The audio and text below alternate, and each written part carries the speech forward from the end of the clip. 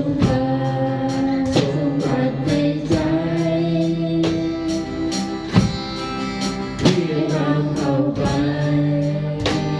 สัมผัสความรักพระองค์พระองค์จะทำทุกอย่างนับจากวันนี้เพื่อให้ที่นี้ทั้งหมดเป็นของพระองค์ถวายกายและใจให้พระองค์เจ้าของเป็นเจ้าของตลอดไป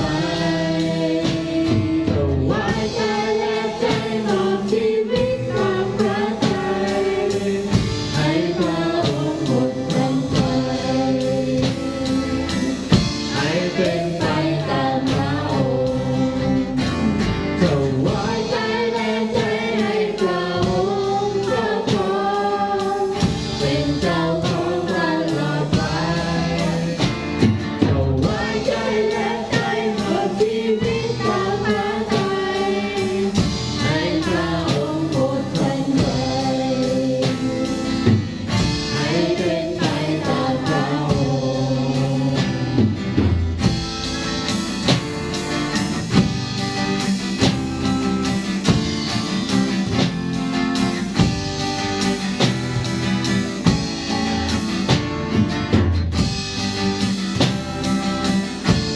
ถวายกายและใจให้พระองค์ครอบครองเป็นเจ้าของตลอดไปถวายกายและใจมอบชีวิตนำพระทัยให้พระองค์หมดทั้งใจให้เป็นไปตามพระองค์ถวายกายและใจให้พระองค์ครอบครองเป็นเจ้าของตลอดไปถวายกายและใจมอบชีวิตตามพระทัยให้พระองค์หมดทั้งใจให้เป็นไปตามพระองค์ให้พระองค์หมดทั้งใจให้เป็นไปตามพระองค์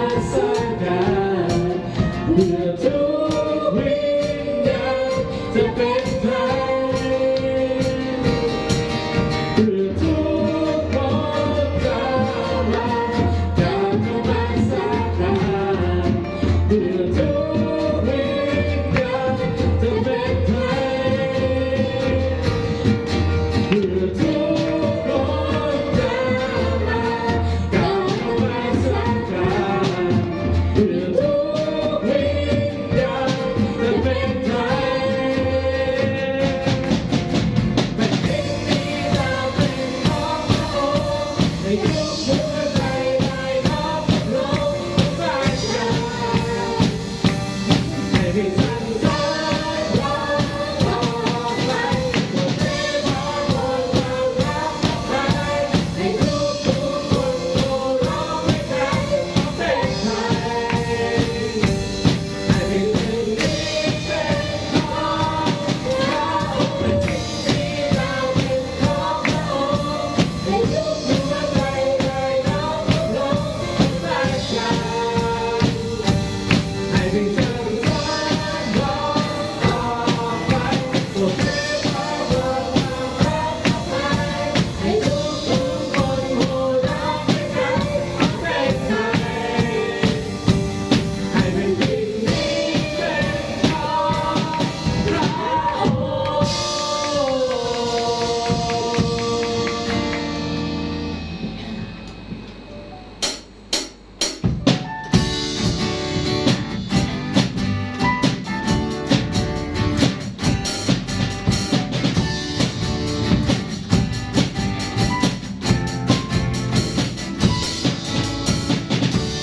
เราคงจะเป็นที่มีค่าเป็นพระสิดาในชีวิตเป็นพระที่แม่เป็นที่สถิตเป็นเจ้าผู้ชาของพระวิญญาณเราทำด้วยกันเราไว้เดียวเป็นคนที่มีเป็นผู้รับใช้ด้วยความตั้งใจเราว่าเจ้าที่จะมาช่วยกันจะมีผู้เป็นพระกายผู้ฟังไว้ผู้รับใช้ผู้รับพระองค์มาเจอผู้รักเจ้า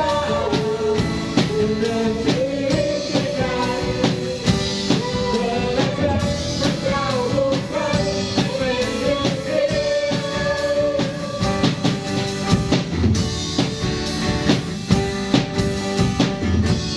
เราคงจะเป็นสิ่งที่มีค่าเป็นพระธิดาที่มีชีวิตเป็นพระที่แม่เป็นที่สถิตเป็นผู้บูชาของพระวิญญาณเราน้อมด้วยกันเราว่าต้องเกียรติเป็นผู้ยังมีเป็นผู้รับใช้ด้วยความตั้งใจเราว่าเจ้าจะเดินทางด้วยกัน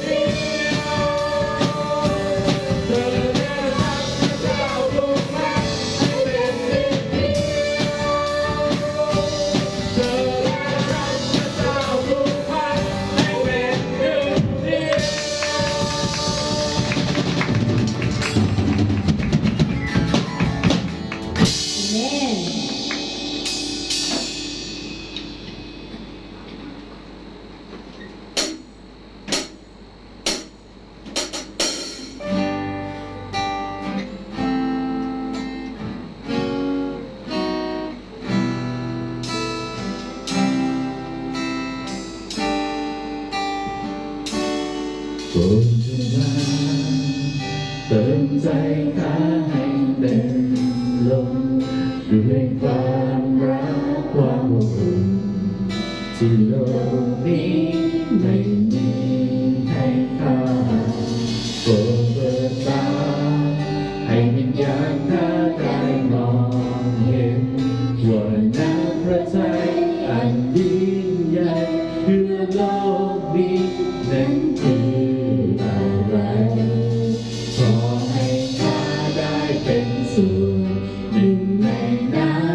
ำพระทัยให้ใจข้าเป็นหนึ่งเดียวกับพระทัยของพระองค์ในความอ่อนแอของข้าจะมีพระกำลังของพระองค์ต้องการให้เห็นถึงพระคุณอันแสนล้ำเลิศให้ชีวิตข้าตั้งอยู่ไม่หวั่นไหวสองใจที่วิญญาณเป็นหนึ่งเดียวกันกับองค์พระวิญญาณ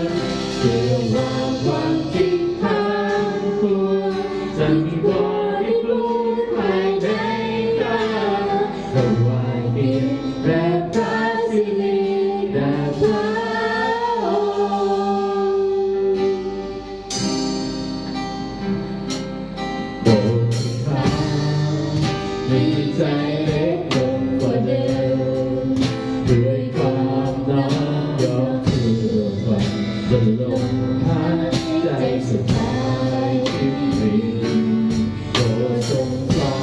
นเปลี่ยนใจให้มีความรักและให้พระองค์อยู่เคียงข้างความคิดหัวใจ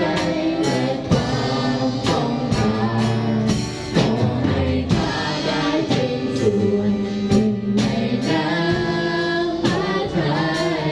ให้ใจข้าเป็นหนึ่งเดียวกับพระทัยของพระองค์ให้ความอ่อนแอขอ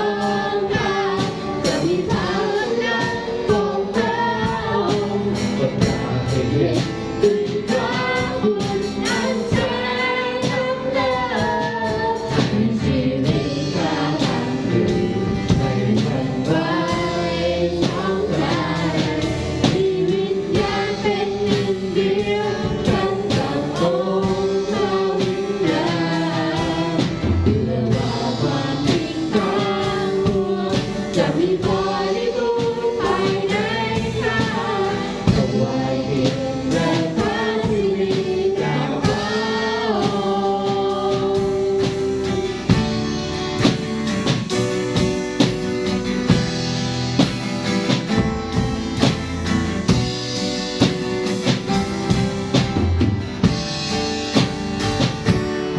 ขอให้ข้าได้เป็นส่วนหนึ่งในน้ำพระทัยให้ใจข้าเป็นหนึ่งเดียวกับพระทัยของพระองค์ในความอ่อนแอของข้าจะมีพระกำลังของพระองค์ประกาศให้เห็นถึงพระคุณอันแสนล้ำเลิศให้ชีวิตข้าตั้งอยู่ไม่หวั่นไหวสองใจที่วิญญาณเป็นหนึ่งเดียวกันกับองค์พระวิญญาณเพื่อว่าความจริงทั้งปวงจะมีบริบูรณ์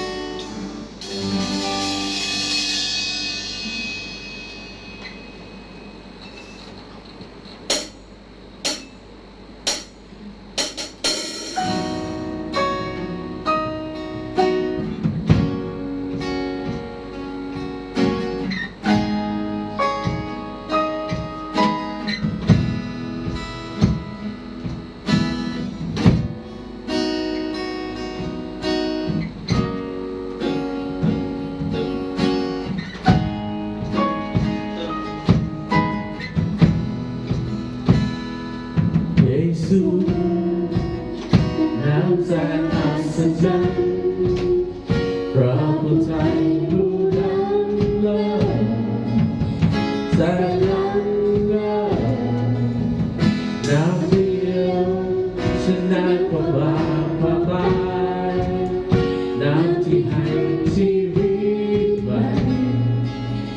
ชีวิตใหม่ไม่มีใครเหนือน้ำใดทั่วโลกาสุดแผ่นฟ้าหาใครเปรียบความยิ่งใหญ่ของพระองค์พระเยซูพระผู้ช่วยพระนามเดียวบุญพระเจ้าทรงพระชนทรงเป็นอยู่นิจนิรันดร์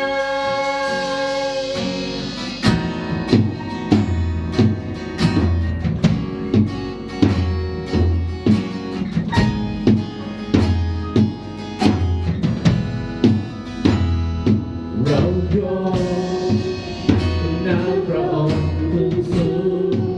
ให้ทุกหัวใจได้ก้มกราบเราก้มกราบวิญญาณเราร้องเป็นเพลงสรรเสริญมอบทุกสิ่งแด่พระองค์มอบให้พระองค์ไม่มีใครเหนือน้ำใดทั่วโลกาสุดแผ่นฟ้าหาใครเปรียบความยิ่งใหญ่ของพระองค์พระเยซูพระผู้ช่วยพระนามเดียวบุญพระเจ้าทรงพระชนทรงเป็นอยู่นิจนิรันดร์ไม่มีใครเหนือน้ำใดทั่วโลกาสุดแผ่นฟ้าหาใครเปรียบความยิ่งใหญ่ของพระองค์พระเยซูพระผู้ช่วยพระนามเดียวบุญพระเจ้า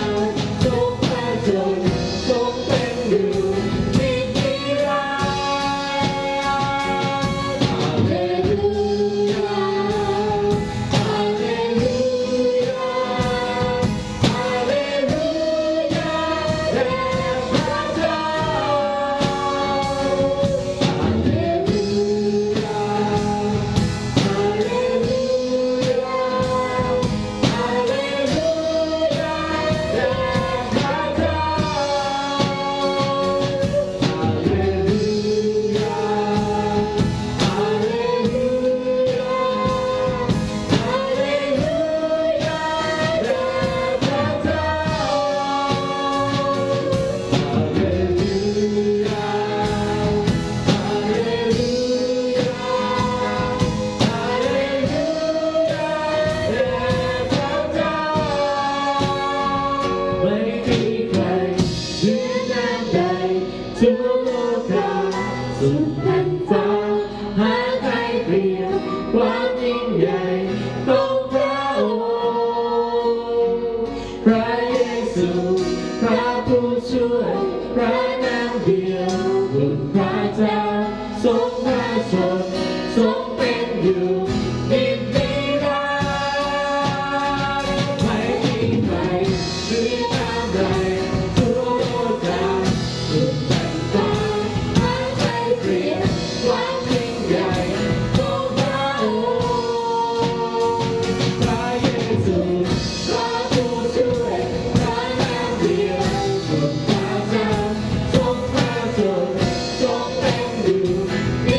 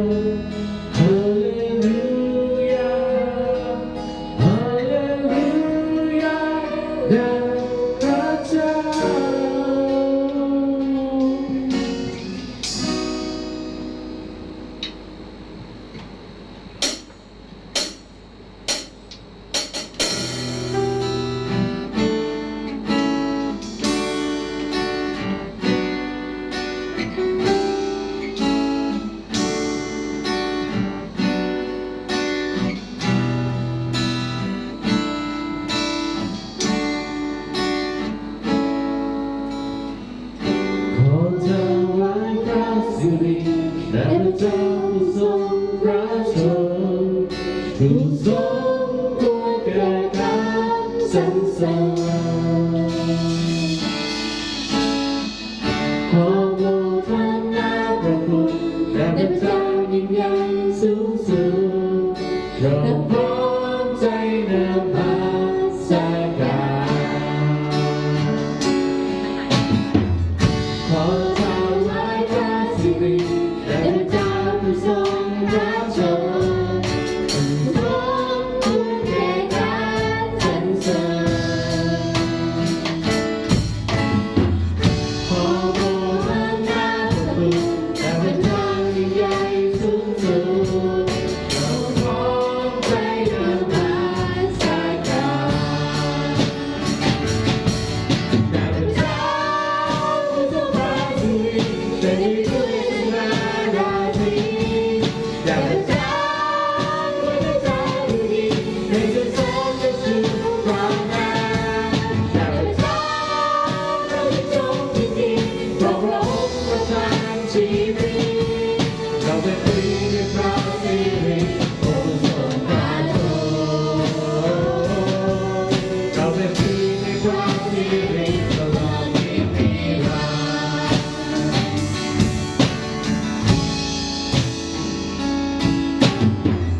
ขอถวายพระสิริแด่พระเจ้าผู้ทรงพระชนผู้ทรงคุณแก่การสรรเสริญขอโมทนาพระคุณแด่พระเจ้ายิ่งใหญ่สูงสุดเราพร้อมใจนมัสการแด่พระเจ้าผู้ทรงพระสิริแด่ด้วยชนะราตรีแด่พระเจ้าด้วยพระเจ้าผู้ดีในจุดสองจะสู่ความงามแด่พระเจ้าเราจะทรงยินดีเพราะพระองค์ได้ทานชีวิตเราเป็นฟรีในพระสิริองค์ทรงพระชนเราเป็นฟรีในพระสิริตลอดนิรันดร์ขอพระสิริพระสิริและคำสรรเสริญทรงมีแด่พระเจ้ายิ่งดีนักขอพระสิริพระสิริและคำสรรเสริญทรงมีแด่พระเจ้ายิ่งดีนัก แ